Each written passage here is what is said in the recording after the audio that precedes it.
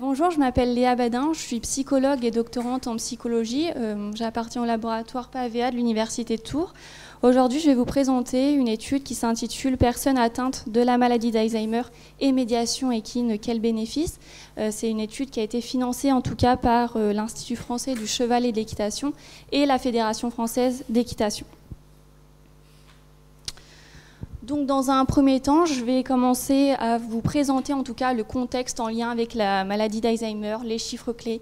Aujourd'hui, concrètement, où est-ce qu'on en est par rapport à cette pathologie? Dans un second temps, on va aborder l'aspect un petit peu plus méthodologique. Quels participants ont été recrutés? Comment? Quels outils nous avons utilisés? Et puis concrètement, quelle était la procédure expérimentale? Dans un troisième temps, on va aborder les principaux résultats obtenus à partir de cette étude. Et puis enfin, j'aborderai les points clés à retenir en tout cas pour cette étude.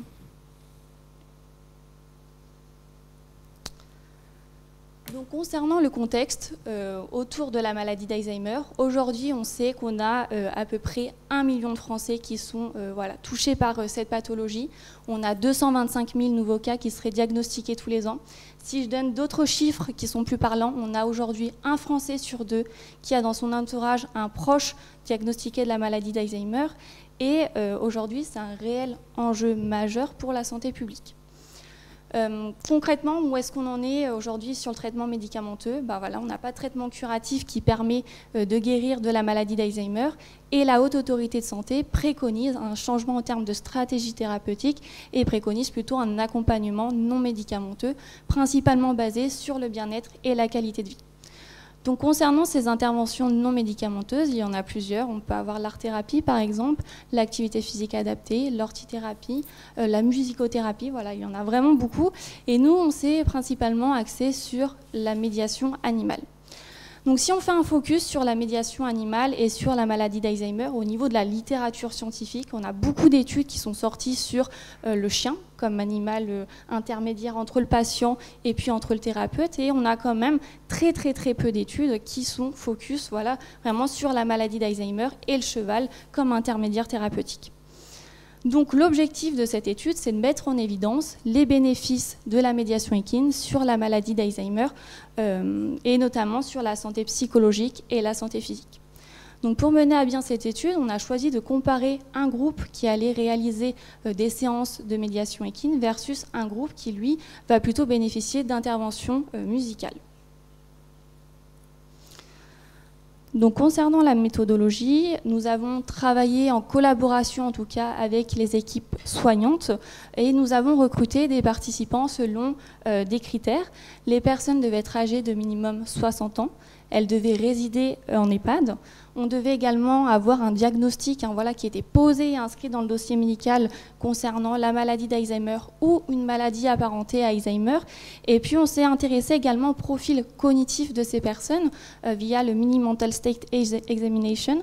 Et en termes de score, on s'est intéressé plutôt à une population qui présentait un profil assez modéré en termes de pathologie. Concernant les critères de non-inclusion, pour cette étude, on a recruté des personnes qui avaient tout de même une bonne mobilité physique. Donc, nous n'avons pas pu inclure les personnes qui étaient en fauteuil roulant.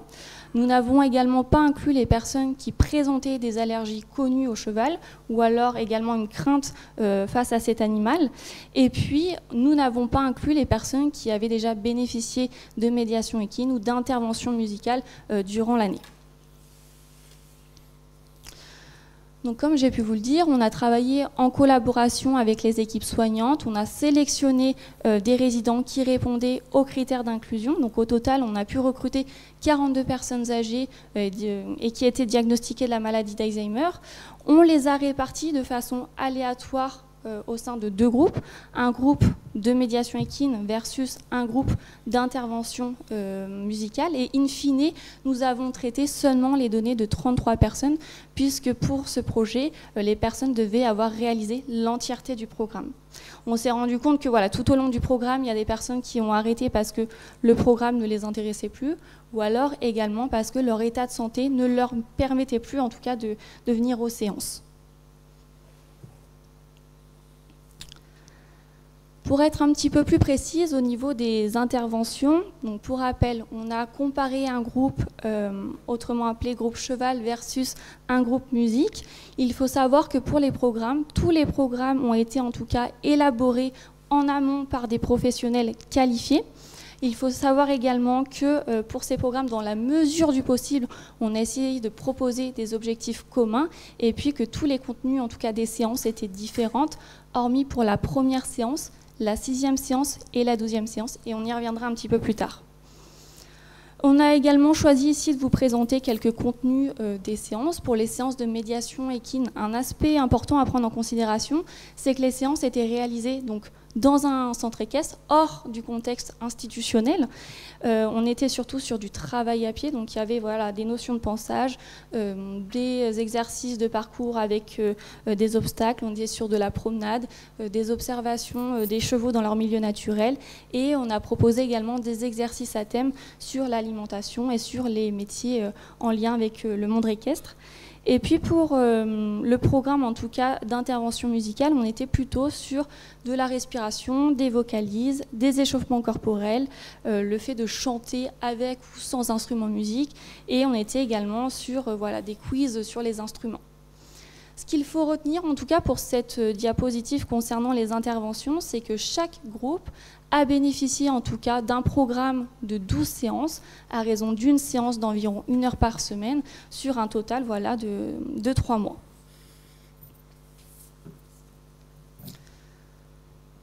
Au niveau des mesures qui ont été réalisées, nous sommes intervenus en tout cas en tant que psychologue et puis avec également une stagiaire. Nous avons donc réalisé en fait différentes mesures, des évaluations qui ont été réalisées en pré-test, donc avant que le programme ne débute, en fin de programme et également durant la phase expérimentale, durant le programme, d'où l'importance que la première séance, la 6e et la dernière soient les mêmes.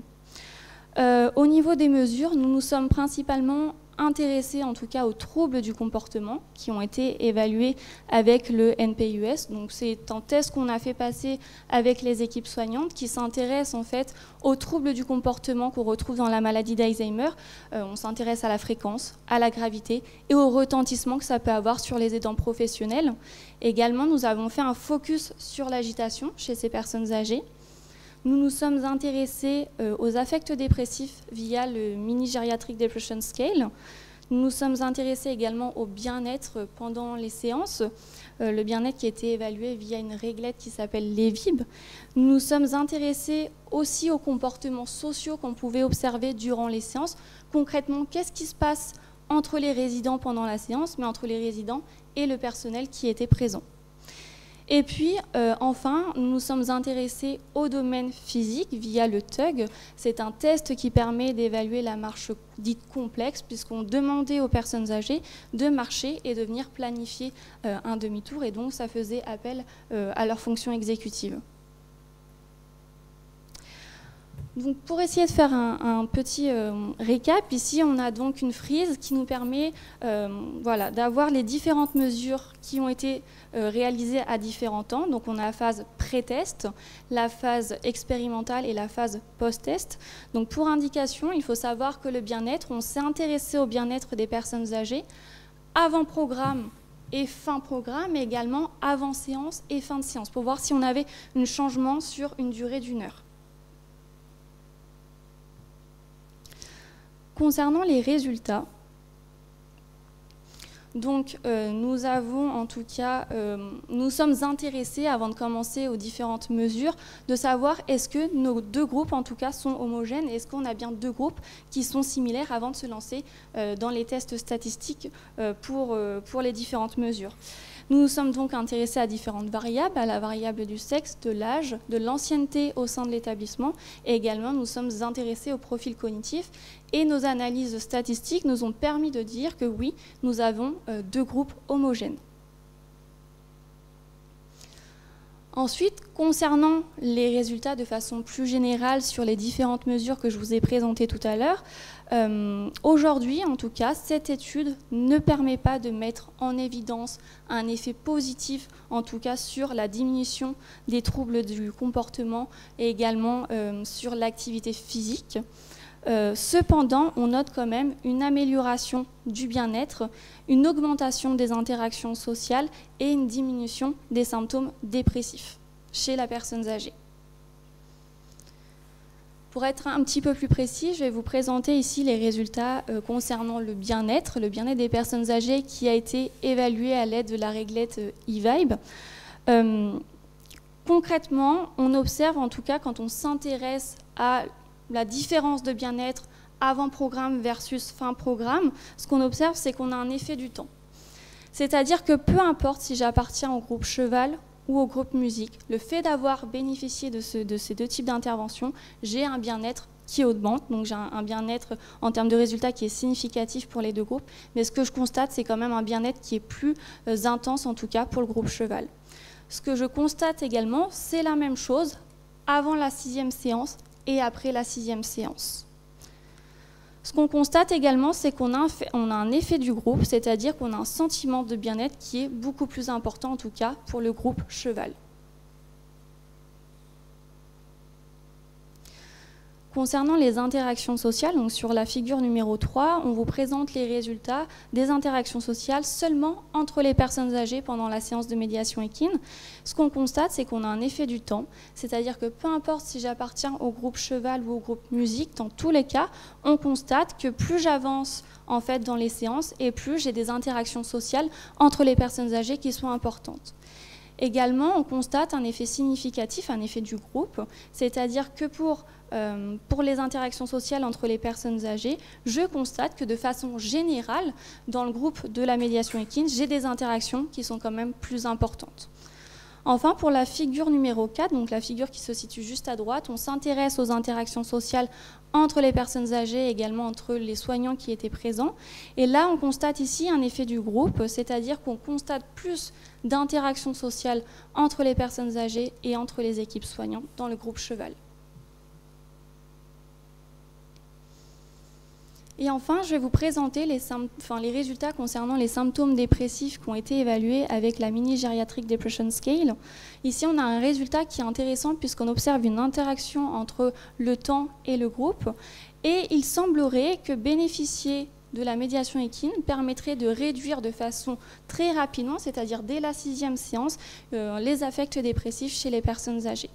A contrario, on constate en bleu pour le groupe musique qu'on a un profil similaire en termes d'affects dépressifs avant d'avoir bénéficié du programme et après le programme.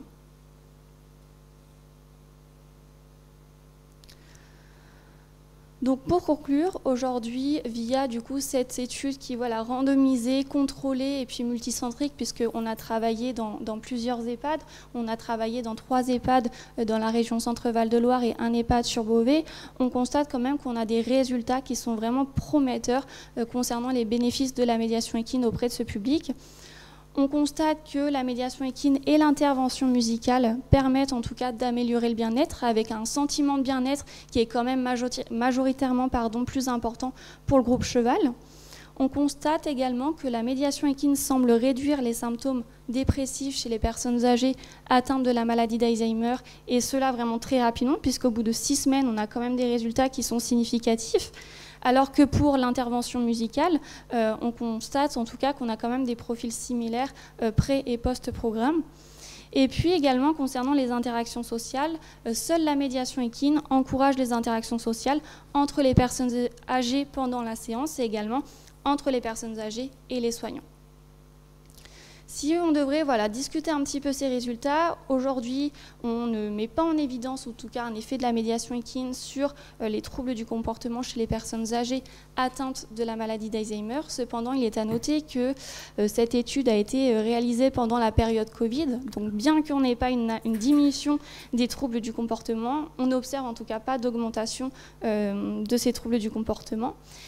Un autre point à prendre en considération, c'est que les séances de médiation équine, contrairement aux séances d'intervention musicale, ont été menées en dehors du cadre institutionnel, donc dans un centre équestre.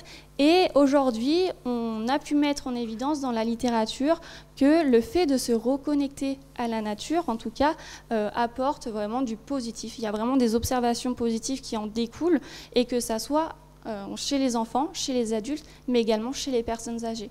Donc pour de futures études, ça serait vraiment un élément à prendre en considération et à contrôler.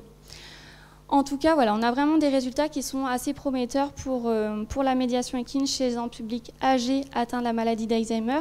Il est vraiment nécessaire de poursuivre par contre dans cette même démarche avec la même rigueur et puis également avec des études contrôlées et puis pourquoi pas aussi proposer ce type d'intervention avec un plus gros échantillon. Je vous remercie pour votre écoute. Merci beaucoup.